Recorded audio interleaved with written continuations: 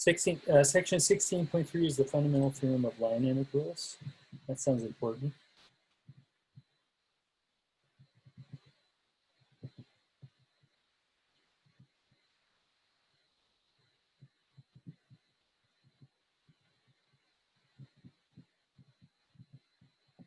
Okay, so got a couple of maybe some terms before I do the theorem. So just a few recalls. So the first recall that the gradient of a scalar function, like the gradient, let's say, of little f of xyz, is a three-component vector function, fx, fy, fz, and I've called this the total derivative because it has all the partial derivatives in it. Total derivative is of a scalar function is a vector. Okay, and oops. And so there's that. So that's a vector field.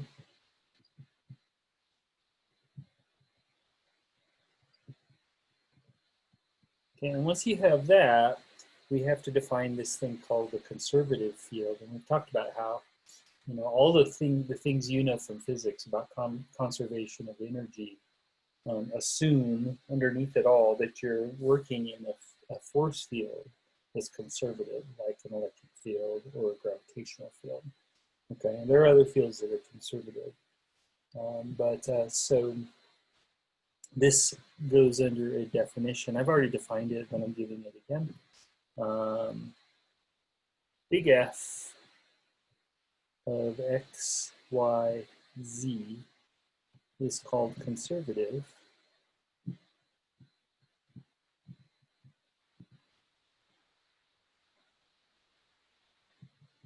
if there exists a scalar value function. I'll just say a scalar function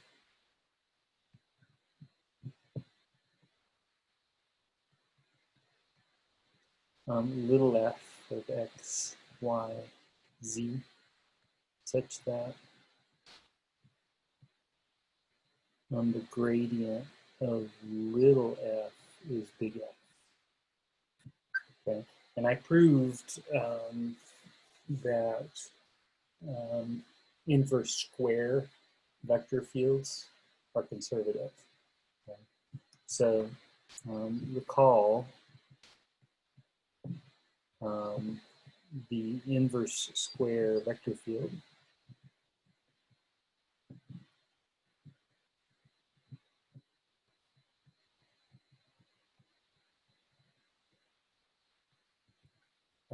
which I think we could write as big F of xyz.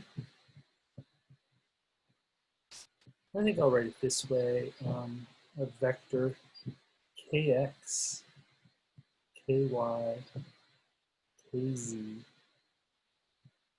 over, I think we worked it out to be x squared plus y squared plus z squared to the 3 halves. I'm going to double check that. So I'm going to slide back to 16.1 real quick.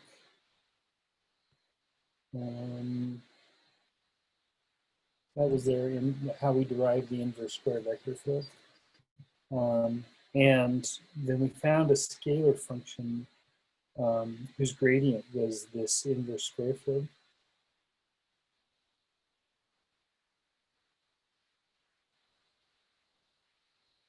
Okay, so I'm going to copy that. Oh, actually, that's fine. Okay, so we noted that if little f of x, y, z is negative k over the square root of x squared plus y squared plus z squared, then the gradient of little f was big F. Okay, so this proves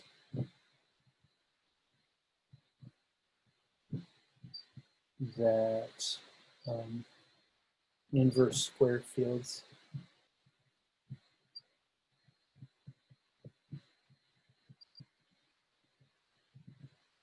are conservative.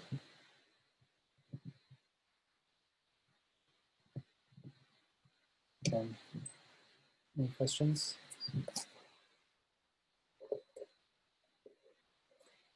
And I'll just leave a note here. We noted this was in 16.1 where we did that. So you can refer back to your notes for that if you want to really look at it. And then the definition of potential energy. So def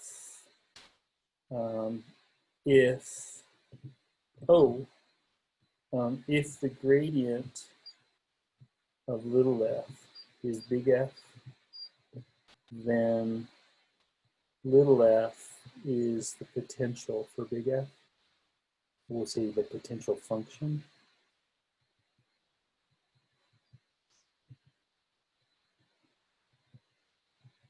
For the field. Okay. And then the last definition,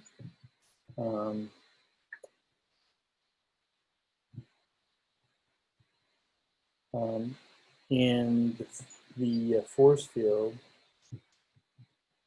let's say conservative,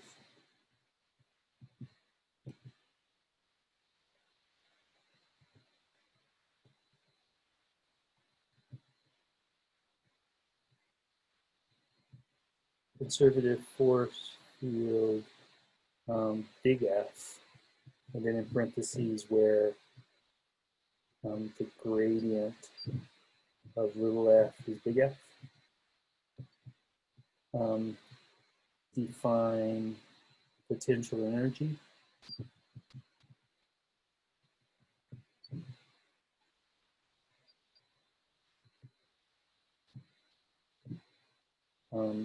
As just say PE for potential energy.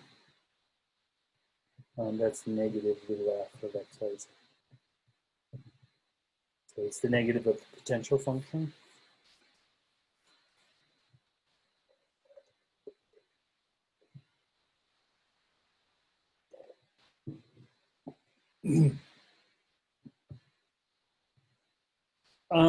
That's kind of weird.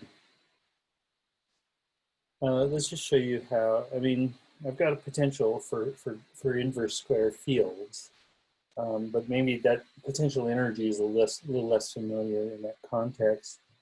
But just remember, if we treat gravity constant,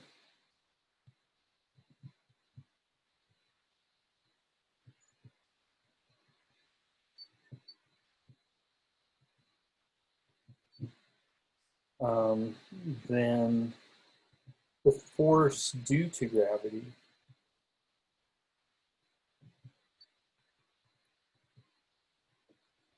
on an object of mass m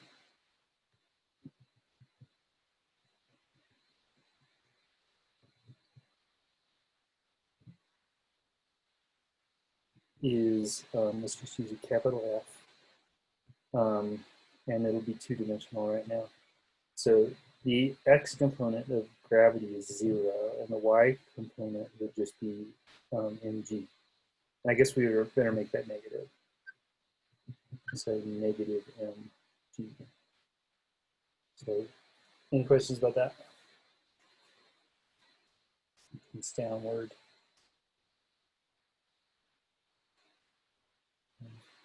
And then I'd like a potential function. Note that little f of x, y is going to be negative mgy. Okay. And note that the gradient of little f has got to have an fx comma fy, like that.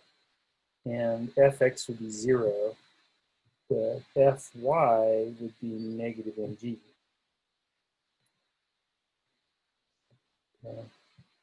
Which is the force field.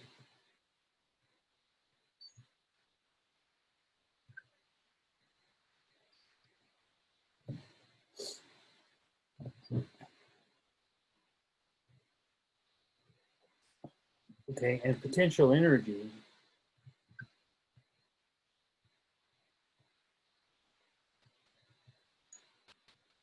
would be the negative of little f, which is mgy.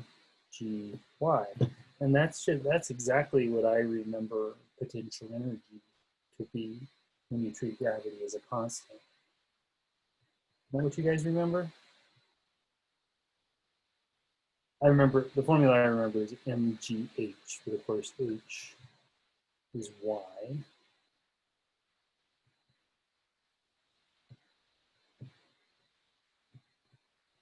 So this vector field has a potential function, which is little f, negative mgy, and potential energy is the negative of the potential function, positive mgy.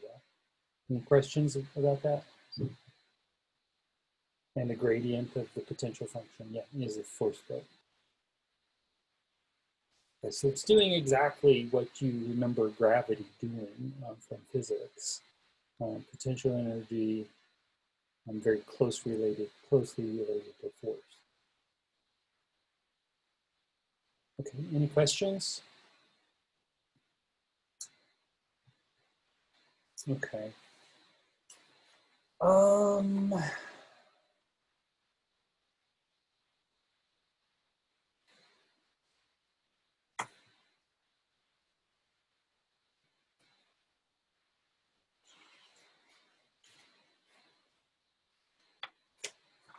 Let's practice finding a potential function before we get to the fundamental theorem of line integrals. So, little example here. Let's do a field. Big F equals, boy, this is ugly. It's y squared z plus 2xz squared, comma, 2xyz for the second component, comma, x squared y plus 2x squared z for the third component. First thing I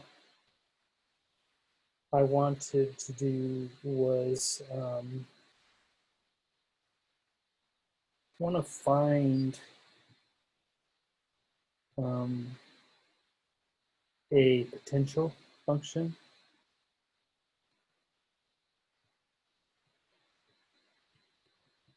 for big F, if it exists.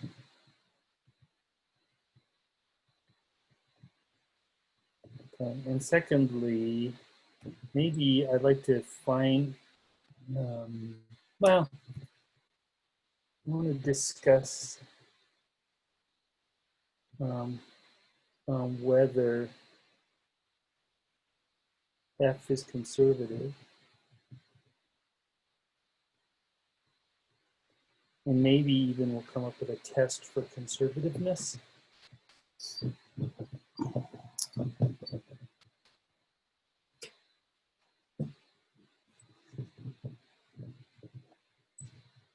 Okay.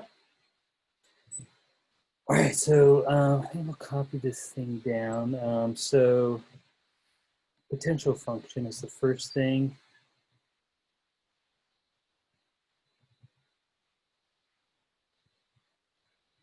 That'll be little f of x, y, z, where gradient of little f is big F. Isn't that horrible? It's sort of, it's like an antiderivative, but it's, you're doing 3 partial antiderivatives. So it's sort of like a total antiderivative. See, because gradient of little f has 3 partial derivatives, little fx, little fy, and little fz. And this has to be equal to big F. So this monstrosity here is big F.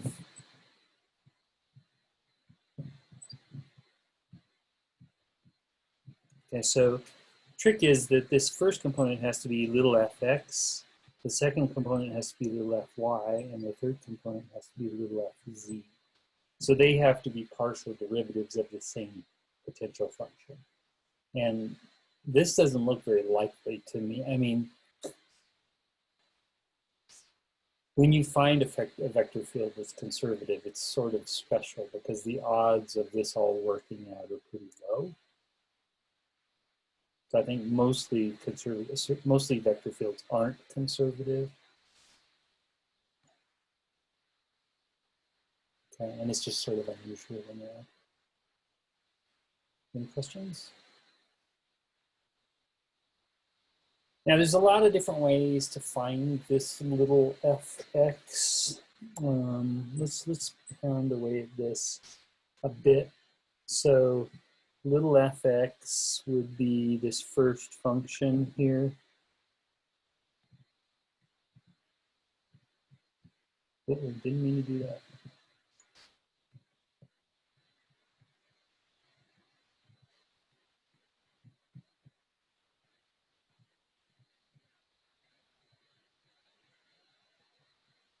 So we know that little f would be an antiderivative of y squared z plus 2xz squared, but that would be with respect to x right now. Treating y and z a constant, so y squared z is constant, you just do xy squared z, and then the derivative of 2xz squared with respect to x would be x squared z squared. And then you would have to have a constant, I'll say C1, but remember that as far as x is concerned, y and z are constants, so C1 would be really a function of y and z. Any function of y and z would be constant in this antiderivative. And there's different ways to do what we're doing right now. Let's just keep going. Fy is 2xyz.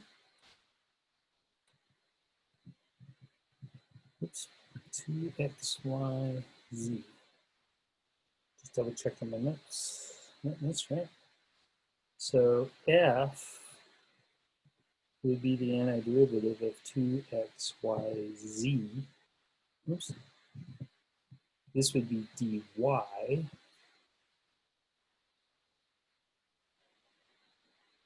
So I think you're going to get an x y squared z.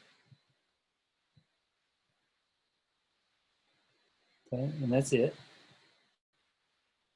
But then our constant, we'll call it C2.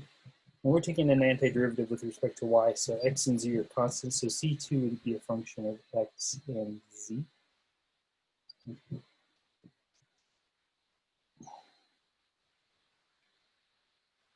Okay.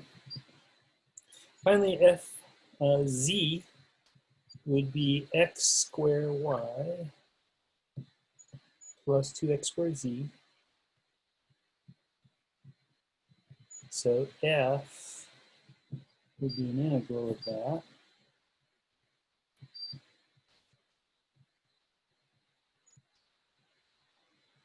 This would be dz. Okay, so antiderivative of x squared y with respect to z would be, oh, I think there's a typo here. It's supposed to be xy squared. So let me see. Can you guys, way up at the top here, I don't know if you see it, but this doesn't work. That square that I wrote here for fz should go with the y. So I'm moving that, okay?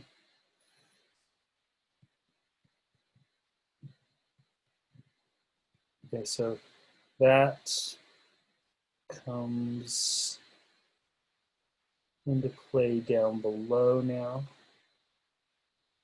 Moving, again, it's xy squared, so that's this guy right here, moving over there. And again, making that. Okay. Okay, so the antiderivative of xy squared with respect to z would be xy squared z. And then plus antiderivative of 2x squared z squared with respect to z would be an x squared z squared. And then any constant we would have would be a function of x and y. So we'll say a c, let's say plus a c3 of x and y. Okay, any questions about this mess? And then what you do is you have to say, okay, these are all supposed to be the same function. Okay, so you ought to be able to kind of relate, line things up that the x, y squared z appears in all three. So that's good. There's an x squared z squared in two of them, and there's also a c2 of xz in the second one. That has to be x squared z squared. Okay. C1 and C3 are a function of y and z and also a function of x and y.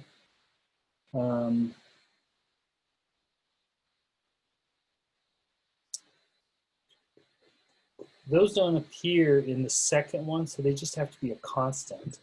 So I think we can now say here that f, or if you like f of x, y, z, has to have an xy squared z.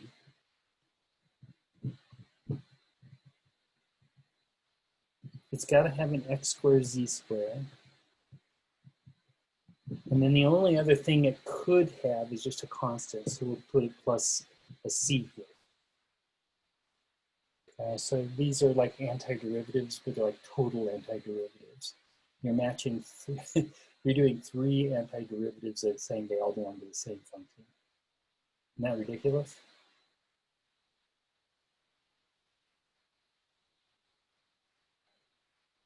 So if you can pull that off, this is a potential.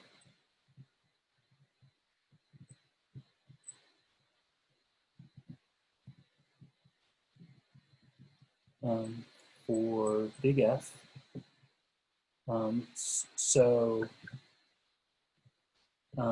Big F is conservative.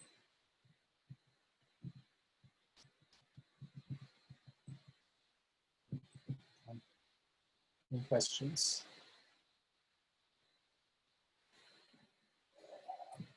So one test for conservativeness is just to show that a potential function exists.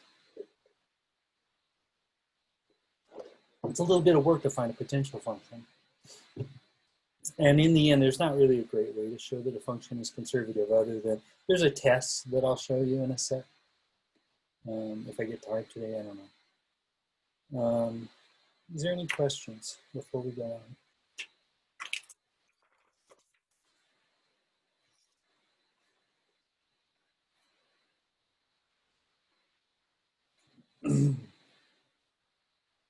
Okay, so why can we say there's no function of x or y, or no function of y and z? So that is below. Okay, so are you referring to the constant functions?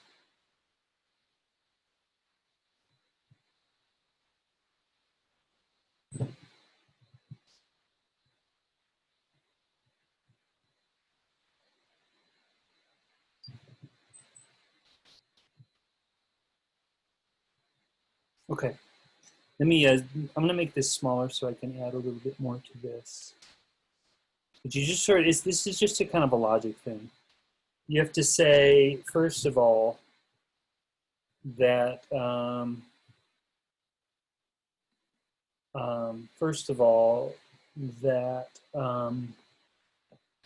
and C3 are the same thing. Okay, so C1 is equal to C3. Can you see that? And so they can only be a function of y, because C1 doesn't have an x and C3 doesn't have a z.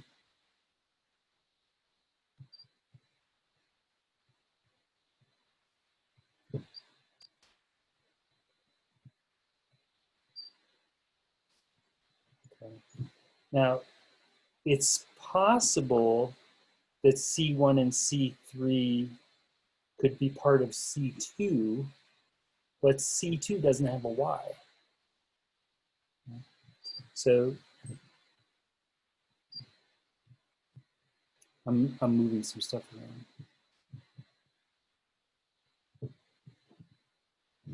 around. If there is a function of y, let's say it this way, but it can't be a function of y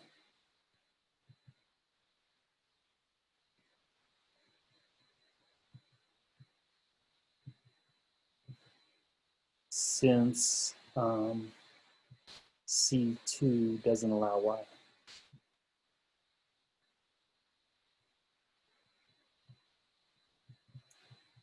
So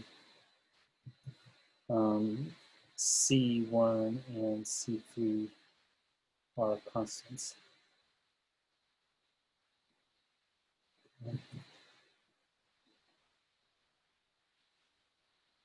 Okay, so that's the idea. And to be honest with you, Bilal, all you're doing when you figure out the potential function f, just list everything you see. There's a y squared z, sorry, there's an x y squared z. What else do you see? There's an x squared z squared. What else do you see? Nothing else? Okay, add a constant. Does that make sense? You just have to list every function you see and then throw a constant in there. It's a pain. It's a lot of work, and there's other ways to do it. There's a lot of ways to do it. Okay. That's the way I've been doing, because that seems to be the way that catches on with students the best. I'm gonna leave that. What I really need to do is show the fundamental theorem of calculus, and this may be the last thing we get in today. It's kind of important.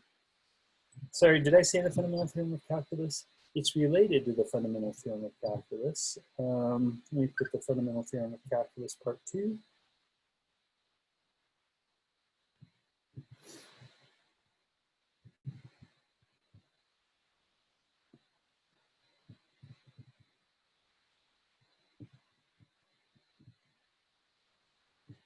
It says if f is continuous,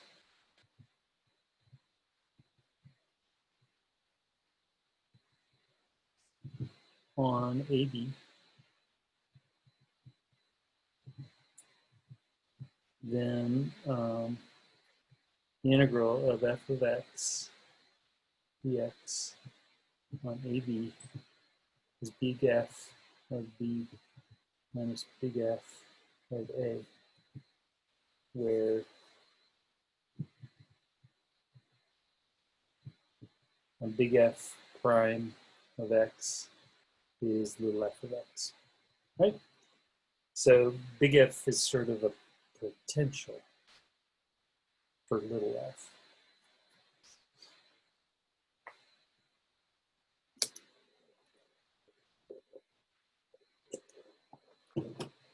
Right. I'm defining a, is it kind of it's a potential. It's an antiderivative. Big F is an antiderivative of little f, but its derivative is little f, so it's sort of like a potential function. Okay, so here comes on the next page the fundamental theorem of line integrals.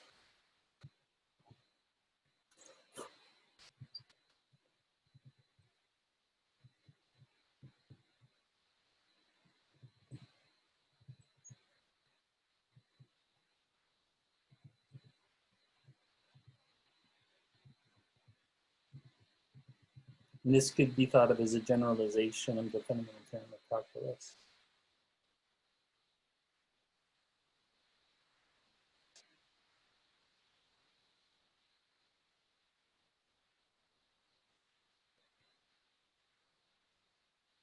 Okay, so if big F is a force field,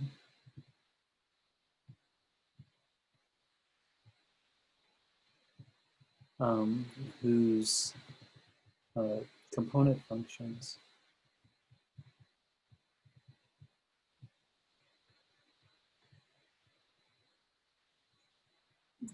are continuous on C, which is parameterized by an R of t. And I'll go ahead and give components x of t, y of t, z of t, where t ranges from A to B.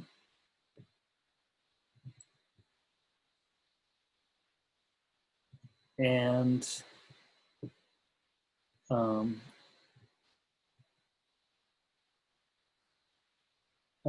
F is equal to the gradient of little f for some potential function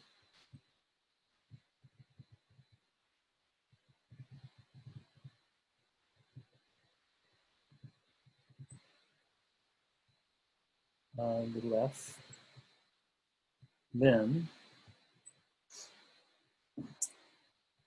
the integral along curve C of f dot dr, that's work,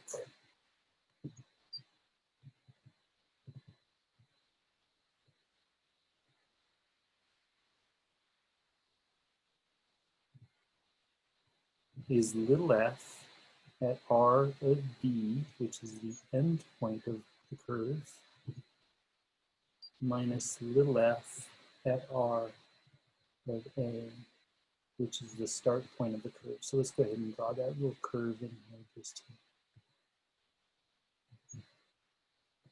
So this is curve C, parameterized by R of t. R of A is the start point. And R of B is the end point. So you just have to evaluate the potential function at the end points. Remember, the potential is closely related to potential energy, right? Potential energy is the negative of potential. And notice how the difference in potentials will be the same as the difference in potential energies with a change of sign. And so what we're saying is that the work is just the change in potential. The work done is change in potential energy. That's what this statement says. So there's a very important physics idea behind this statement. Okay, so I'll just say here this is change in potential energy, and we'll give a little more info about that.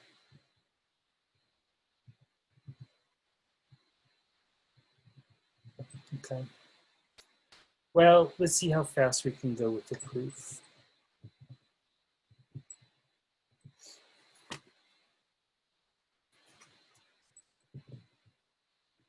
So work is the integral of f dot dr.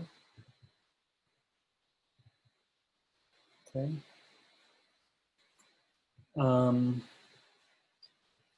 Remember, big F is the gradient of little f. So why not say the gradient of little f dot, oops,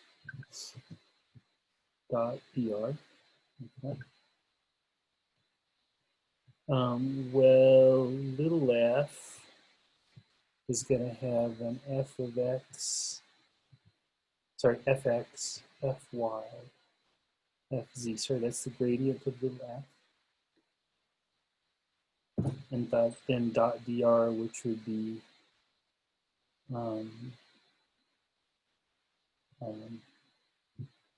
dx over dt,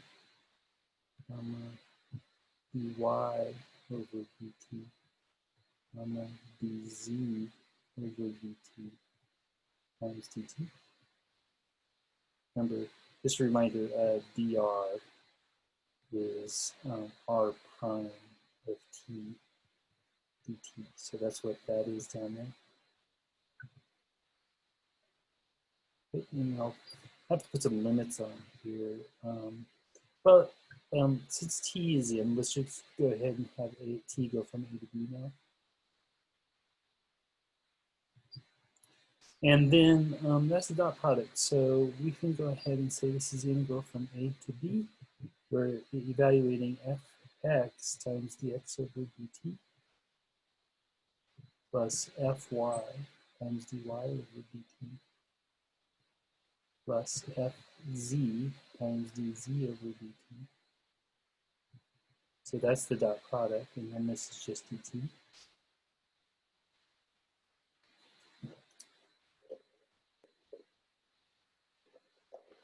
And that thing in parentheses is general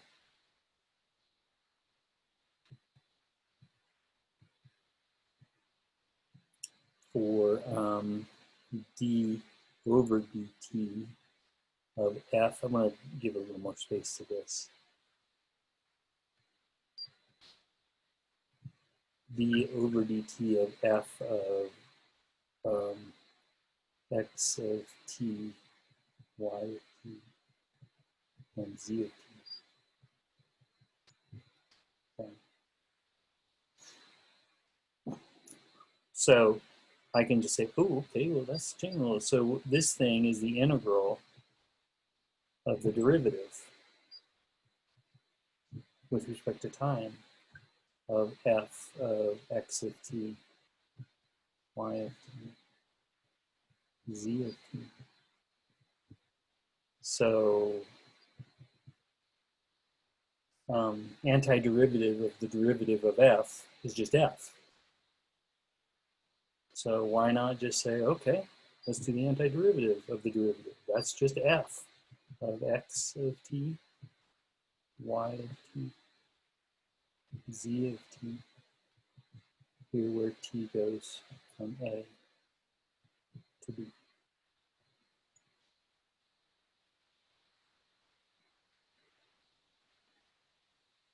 Okay. But this is f at x of b, y of b, z of b, minus f at x of a, y of a, z of a, and why not just say f at r of b minus f at r of a, and that's the proof. So I can say QED. I think QED is a Latin thing. I think it means it is proven. So that's the proof. But I want to also mention that this is, remember that the potential function is the negative of potential energy. So this is the negative potential energy at time b with a minus a negative. So you get a double negative potential energy at time a. You follow me on this? So this is actually potential energy at time a. minus potential energy at time b. So this is just change in potential energy.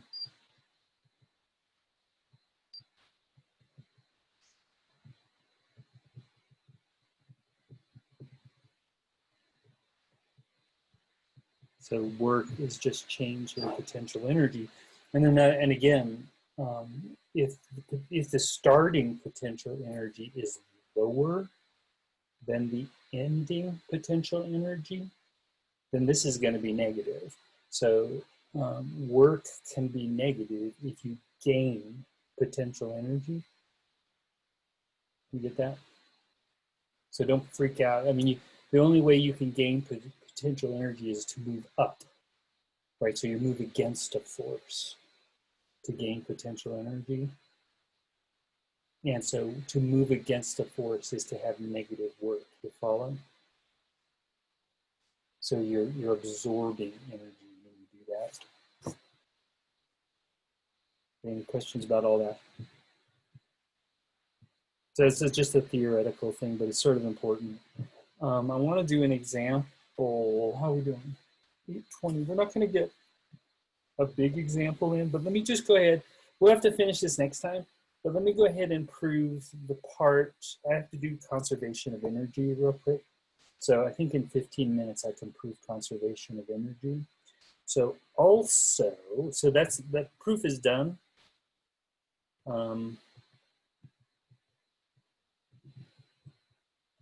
Nothing else to say there, but something else that's really interesting is kinetic energy. Kinetic energy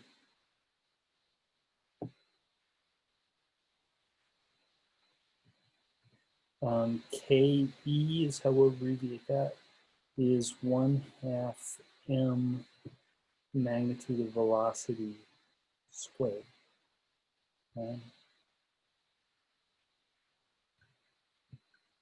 Just FYI. And I want to show you how work is also, if you, like if you throw something up, it's going to slow down, right? So there's a change in kinetic energy, and it takes energy to change something's kinetic. It takes work to change something's kinetic energy. So work is also the change in kinetic energy. Or if you drop something, right? It starts at a speed of 0, and it falls to the ground, and it'll have a certain kinetic energy as it hits the ground. And that change in kinetic energy has to be equal to the change in potential energy, because they're both energy. So you can think of the work as being changing kinetic energy as well. But let me show you that real quick. So work is equal to integral over the curve of f dot dr. Okay, and force is mass times acceleration. So also force is mass times acceleration. How about that? So this would be mass times acceleration. We'll say at time t. Dotted dr, which is r prime of t. I'll leave the of t out, and then dt. Okay. And then a side note, and I'll have t go from a to b now. And then a side note is that if you do the derivative of r prime dot r prime, this is r double prime dot r prime plus r prime dot r double prime. So this is 2 r prime dot r double prime. Got it? A little side note there. So r prime, let's say r double prime dot r prime is 1/2 derivative with respect to time of r prime dot r prime. That's what I'm trying to squeeze in.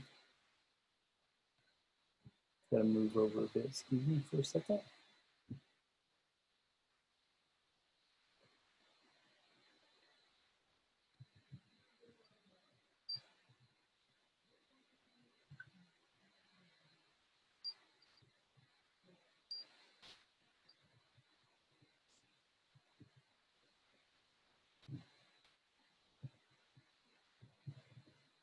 These barbs all over these vectors. Now we do it for time. 825, yep, I'm gonna pull it off.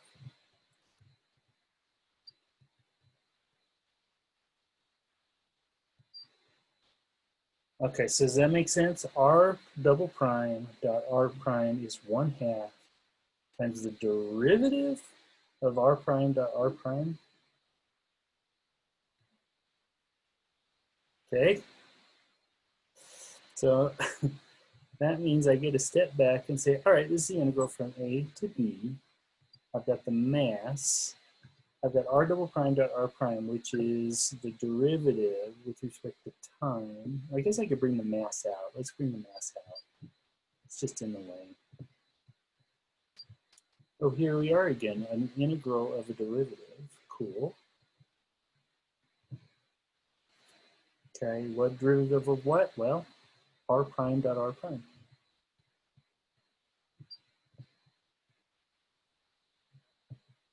Okay, dt. Strange looking thing. Let's go ahead and say v dot v, because R prime is velocity.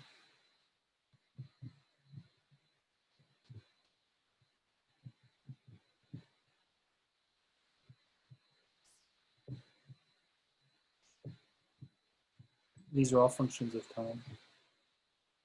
And remember, v dot v is the magnitude of v squared. So this is m, integral from A to B, derivative of the magnitude of velocity squared dt. The integral of a derivative. Ooh, what did I lose the 1/2? I lost the 1/2 in all of this, so all of the 3 last integrals need a 1/2 in there.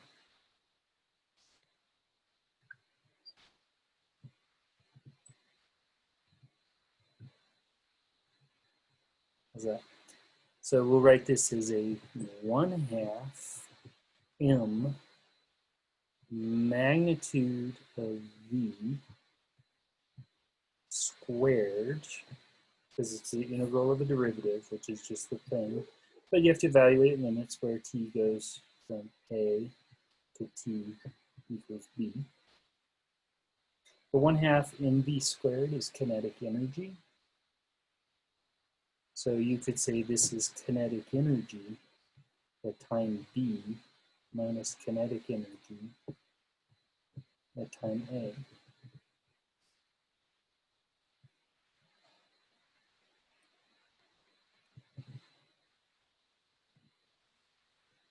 Okay, so what we've got here is that work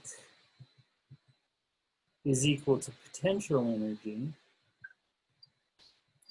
at time A minus potential energy at time B. This is only in a conservative field.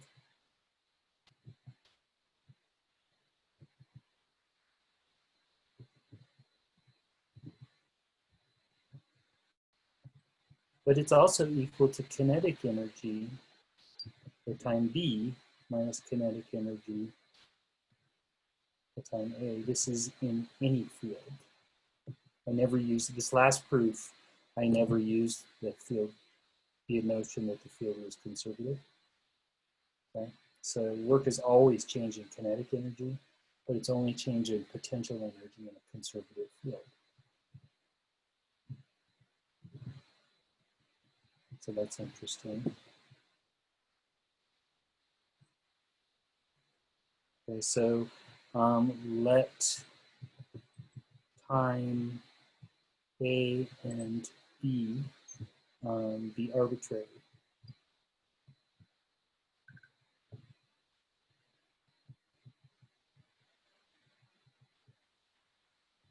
Okay. Then potential energy at A minus potential energy at B is equal to kinetic energy at B minus kinetic energy at A. And then we'll do a little math here. I made a mistake. That should be PE for potential energy. Maybe. I feel like I'm writing really fast. Do you guys feel like that? Sorry, I gotta get through this. Okay, so what I want to do is make everything positive. So we're gonna subtract. We're gonna add the negatives to both sides.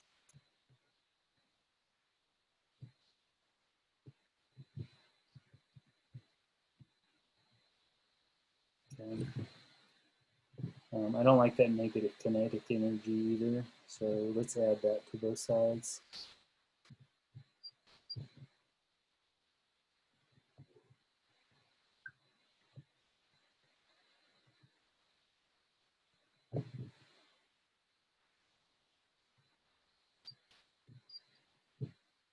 Okay, so in the end, what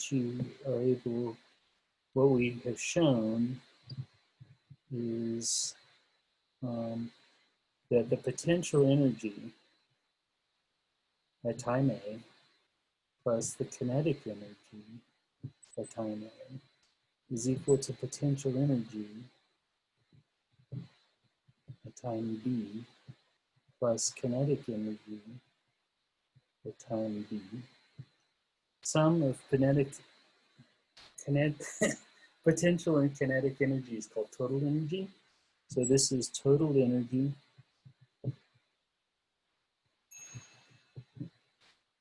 at time A. This is total energy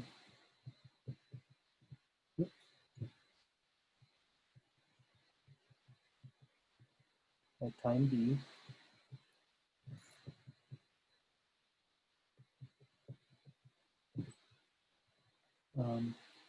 Total energy is the same at any arbitrary moment.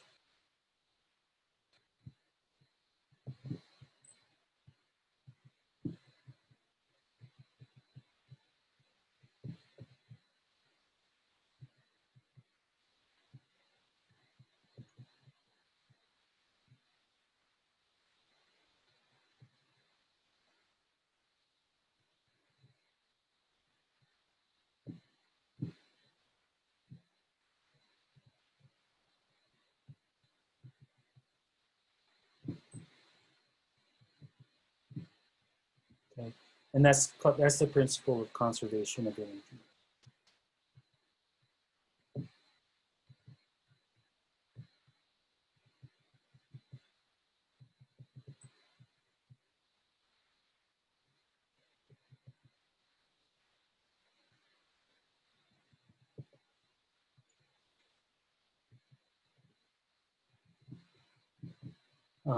For motion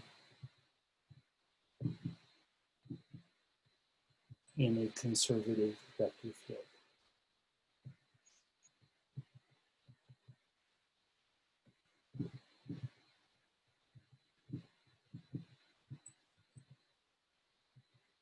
Your hand hurt? My hand hurts. And I can't torture you anymore today, but I would be happy to take any questions that you might have.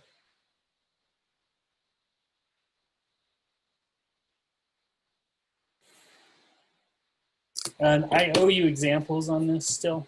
So the theory's out of the way. That's kind of important. It's fun to be able to teach a very general approach to conservation of energy, and they're able to do it in the math class and do it properly with motion and space.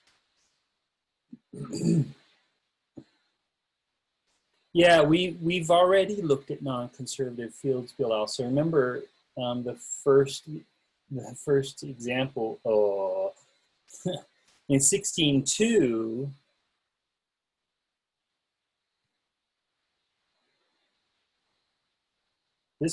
we've already done work in a non-conservative field. Okay, so I'll give more information about conservative and non-conservative fields. But one thing that we learn about conservative fields is they don't rotate. Okay, so this example we did in 16.2 where we have this rotating field like a tornado, that's not a conservative field. It creates energy, and yet you can still compute work, but it's not the change of potential energy. If you think about motion in this circular rotational field, it has infinite potential energy because it's like falling and never hitting the ground. Okay, this thing will spin forever and never stop. So it has infinite potential energy, and there's no such thing in a conservative field. So this spinning vortex is non-conservative. We know how to deal. We know how to do math in non-conservative fields. Is that okay? Any other questions?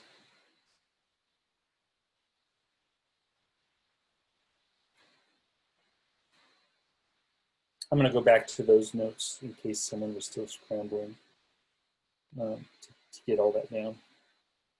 So let me get that to the bottom here. There they are. Okay, everybody, I'll leave that up for a bit. This is not done. Again, I need to give you some more examples. So I'll catch you guys on Monday. I'll definitely have your tests graded. I'll be working on them probably starting tomorrow or Friday. And just over the day, you'll see me kind of poking away at it. And at some point, you'll see your score. All right. All right. Take care of yourselves.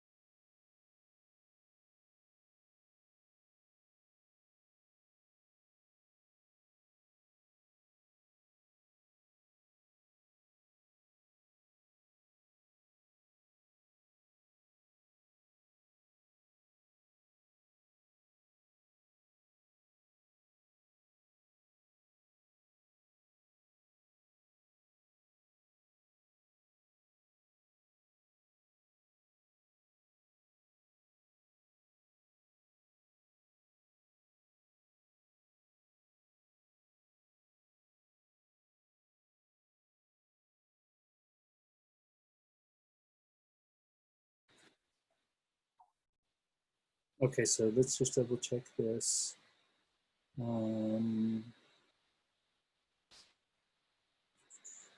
Okay, so here's the vector field that we were just looking at. Okay, and we went through to find the potential function, which is sort of an anti-gradient. And we got this potential function here, which is what I just copied down. But we're going to make c equal to 0 on this potential function because fundamental theorem of line integrals is just like the fundamental theorem of calculus. But you don't need an arbitrary constant here because when you subtract at the endpoints, the constant cancels anyway. So there's never any point in ever having a constant when you're using one of those fundamental theorems. Okay. So I would just say for this now, for that vector field, the potential function is what we have here. And I'm just going to say little plus 0, where we're choosing c equals 0.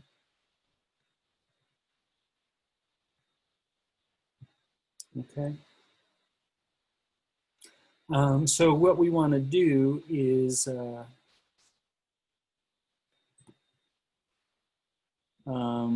find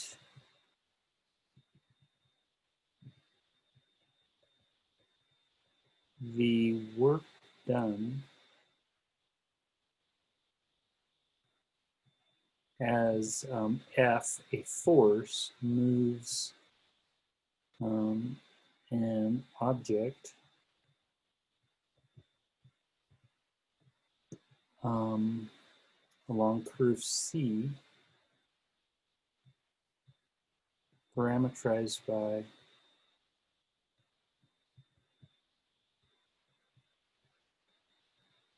R of t, which has components t, t squared minus 1, and t plus 2. Okay. Where t is going to range from 1 to 3.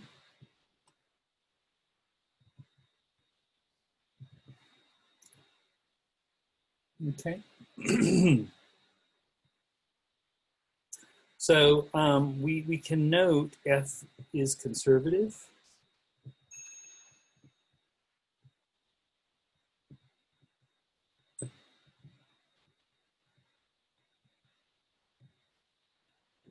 Because it has a potential function.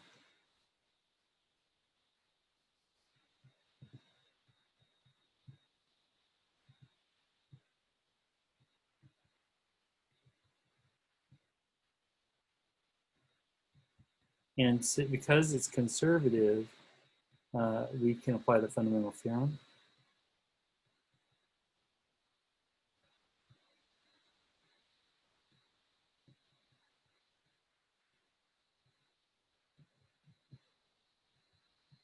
Okay, so when we compute work,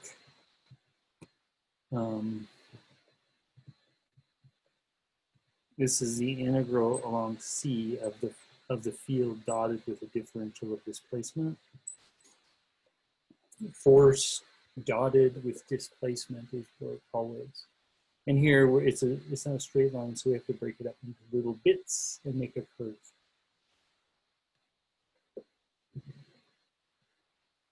Now, the fundamental theorem says we can just do little f at r of the end point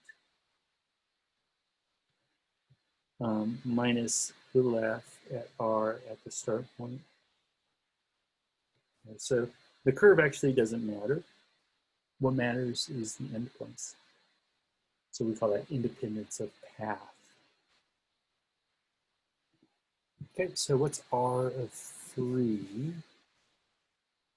Well, if I put in 3 up here,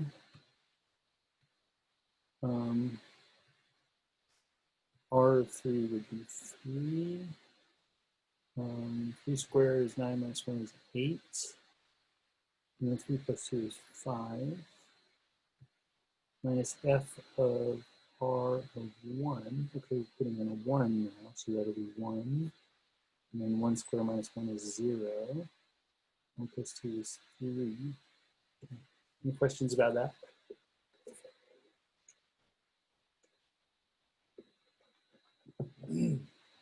So it's just like a fundamental theorem of calculus, but with vectors.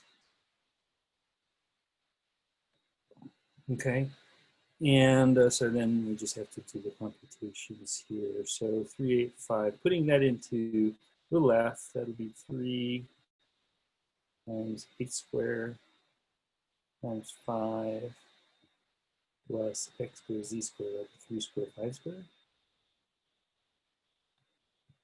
Okay, and then minus f of 103. Well, that'll be 1 times 0 squared times 3. And I guess I better put this in parentheses. And then plus 1 squared times 3 squared. And we ignore any constants of integration. And so here, I think we're getting, the first one's 1185, believe it or not. All right. Yeah, it's pretty big. Okay. And then minus just 3. Wait, 3 squared. That's minus 9. So you get 1176. Okay, and work would either be in Newton meters, which are joules, or foot pounds, which are foot pounds.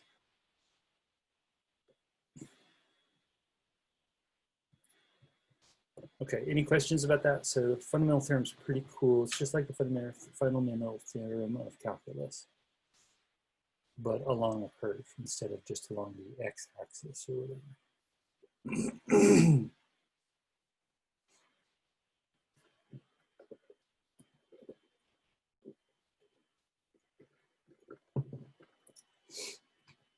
There's a couple of just additional ideas that I would add to the discussion. And let me just throw these in and we'll be done.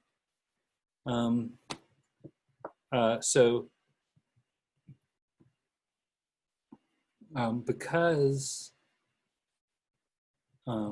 if big F is conservative,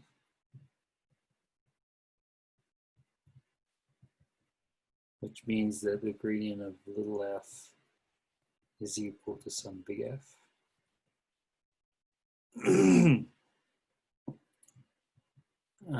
Then the integral along C of f dot dr is equal to little f at r of b minus little f at r a.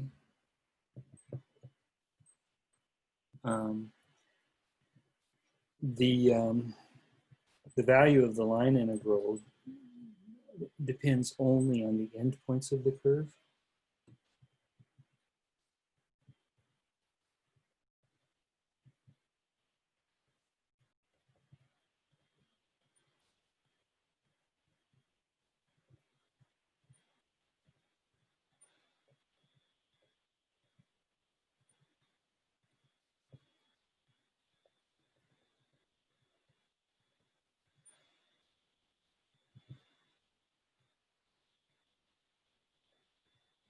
Okay, so we say it is independent of path.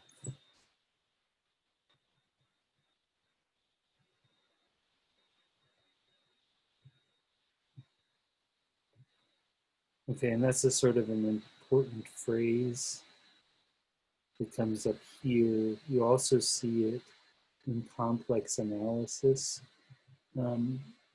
Here, we're doing integrals in two-dimensional space, or the plane, sorry, three-dimensional space, or the plane. In complex analysis, we do integrals in the complex plane. And there's just a lot of material in that course, complex analysis, that mirrors some of the theorems that we have here, even though we're not working with complex numbers. Okay, so independence of path is an important phrase. Also, sometimes we do a path that's a closed loop. So if C is a closed loop, and that just means that R of A is equal to R of B.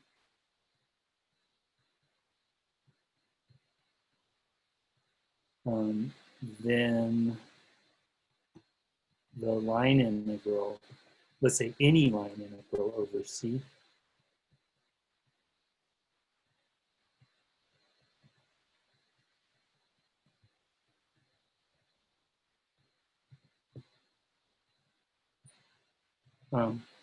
has an integral symbol that has a circle on it.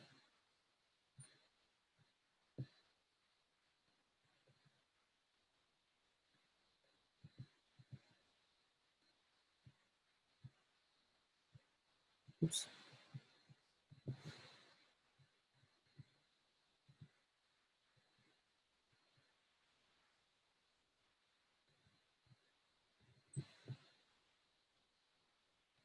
Okay, so it's just the S, which is the standard integral symbol, which is an S for the word sum. But then we put a circle in it like this, with maybe a C below it. Okay. So you can say if the vector field F is conservative,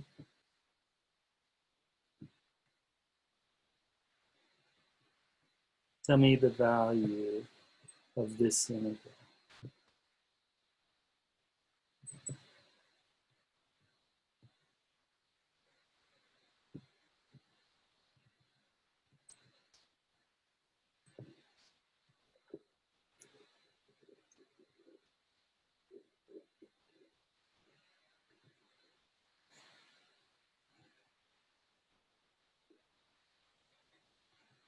What would that integral come out as? Yeah, it always has to be 0. Why?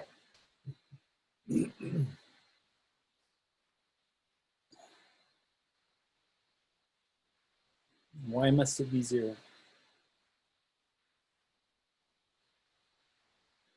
Yeah, the end, exactly. The end and starts are the same. And you're only evaluating the potential function at the endpoints and subtracting. So if they come out the same, because the end and the start are the same, then when you subtract, you're going to get 0. Okay, good. So there you go. And we don't need to know what the curve is. That has to be 0.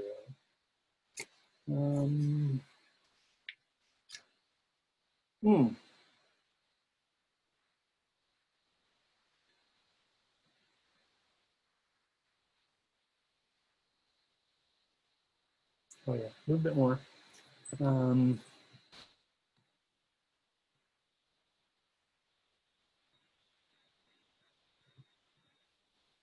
so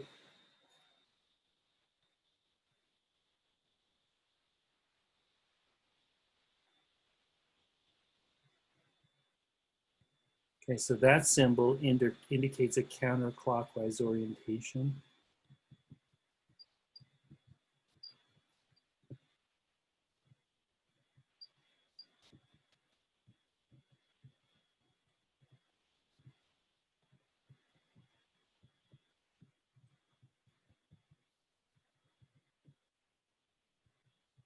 Okay, and then you know what I'm going to do next.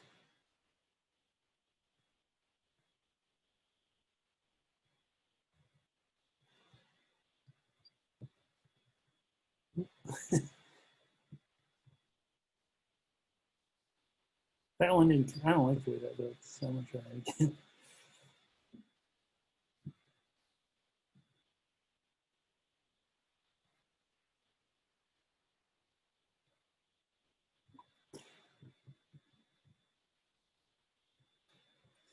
That's better. So that indicates a clockwise orientation.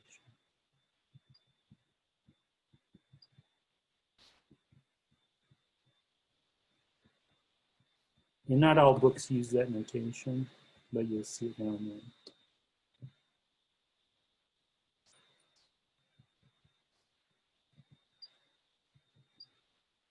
Okay, any questions about that?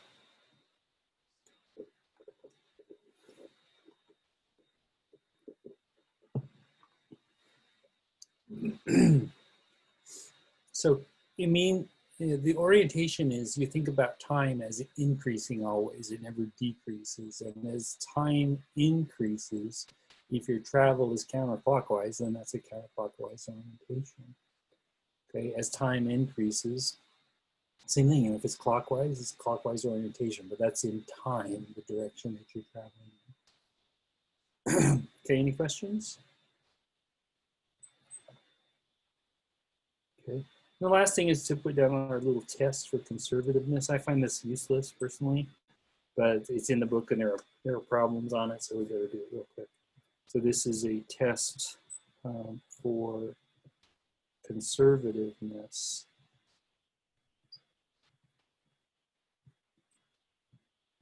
in 2 dimensions, and we'll do a 3D test later. Okay, so let's see. We need little f, let's say, has 2 functions, a p of xy and a q of xy.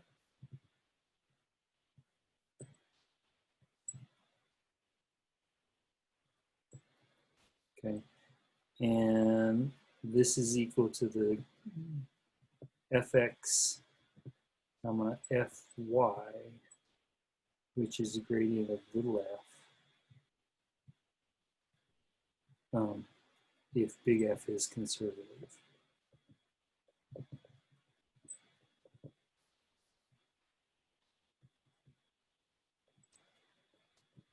Okay, and then somebody tell me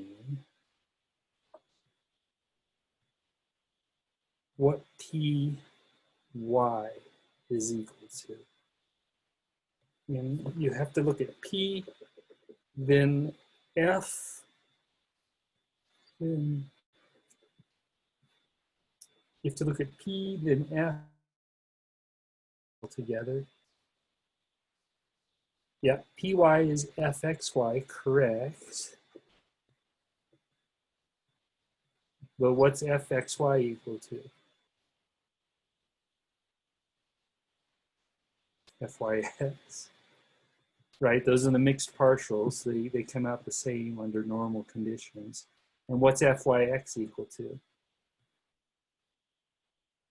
Right. Okay, so that's the test. So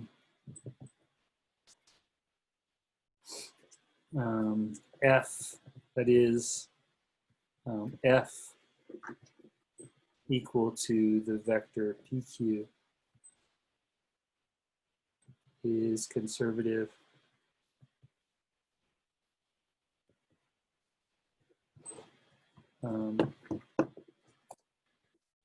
if Py equals Qx.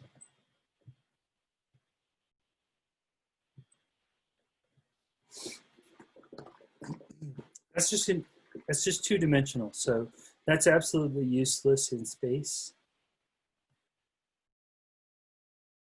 So just don't. It's not a great help to me. I'd rather just. Oh, that just means therefore. The 3 dot symbol is a therefore symbol in logic. Any questions?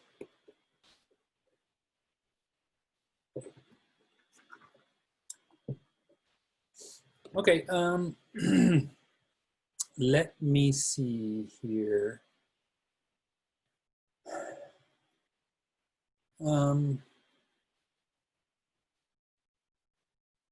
Probably worth doing a sec to remind you of the geometry. So I'm going to steal something from 16.1.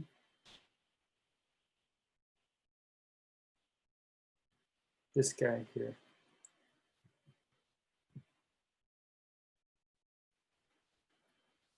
So maybe you can just rough up a real quick version of this picture. It doesn't have to be perfect. The main thing is the swirling effect in that vector field. Okay, and I'm going to go back to where we are in 16.3. We'll just do a kind of a compare contrast. That's a little large.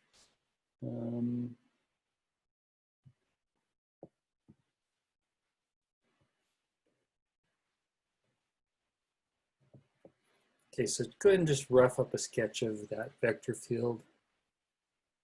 And I'm going to do another one over here, just roughly.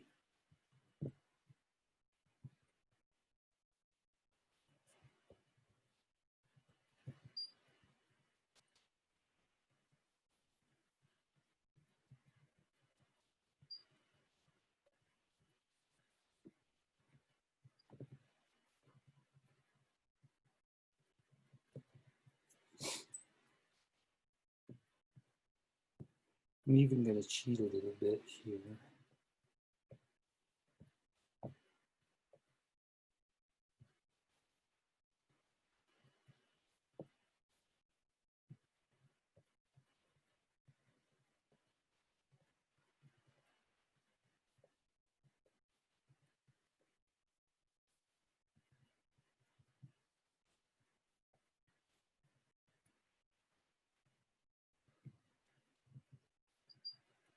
And I'm not going to get too detailed with this, but what I just wanted to kind of make the point, this thing, all these vectors point to the origin, because what you have is the position vector is x, y, and the output is the negative of x and the negative of y. So it just points back, and I'm scaling it to a third of its original length.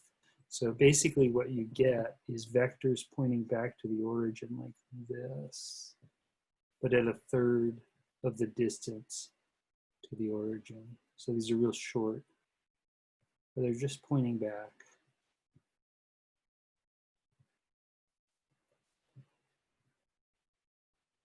Okay, that one's not right, but that's okay.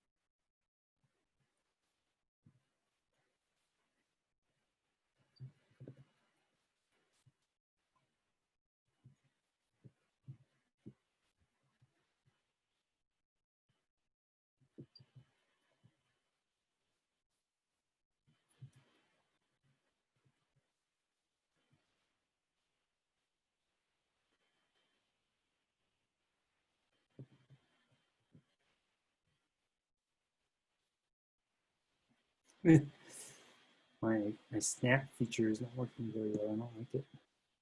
It's okay.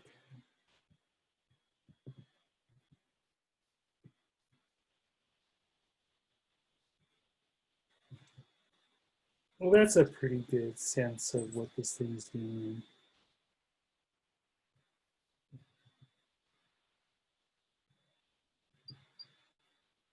So this is more like gravity. The first one's like a tornado, and this one's like gravity. It just kind of pushes you back. One thing I know that is that gravity is a field that's conservative. It doesn't, there is a conservation of energy notion as we move around in 3D space where the force is gravity. Okay, but here, let's just do these the quick tests here, just to make sure it's all clear.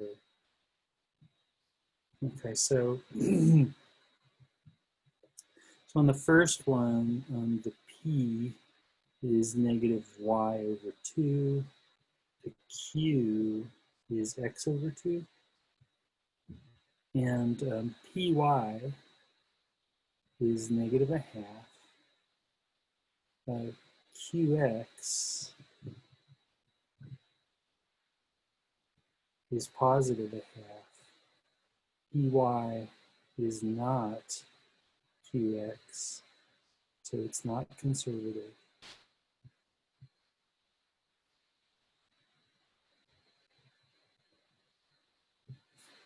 Okay, any questions about that?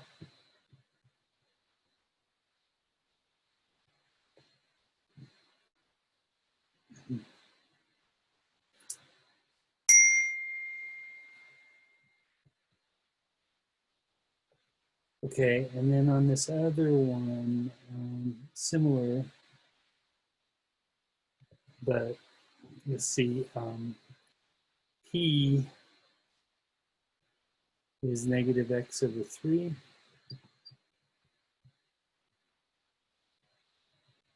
Q is negative y over 3. I think these both come out 0. Py is 0, and that's the same as Qx.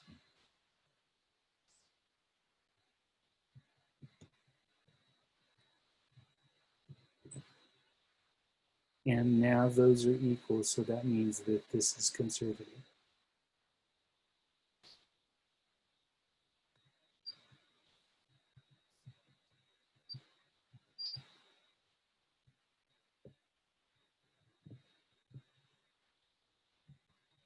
Okay.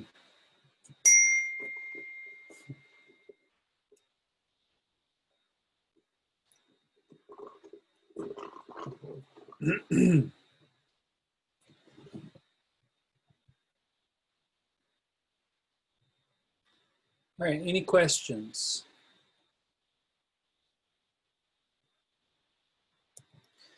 The main thing I want to get out of this is that the conservative fields don't have any swirling. Okay, so this thing here is a swirling effect, the first one.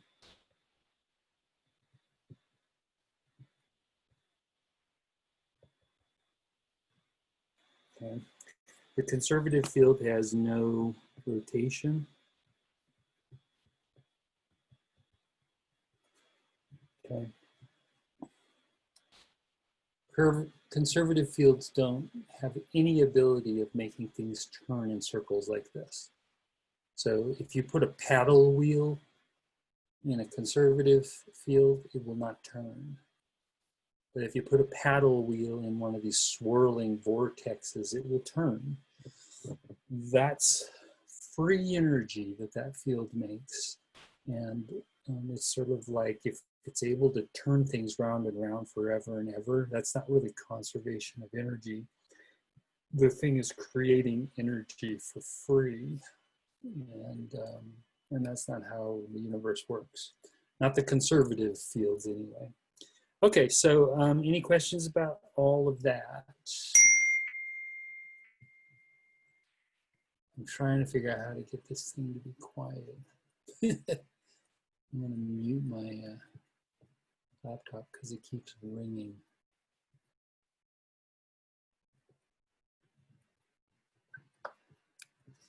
Okay.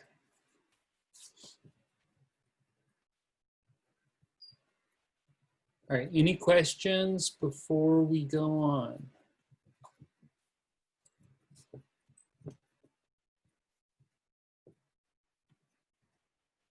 I don't see anything. Okay, so I think we can call it quits for that lesson.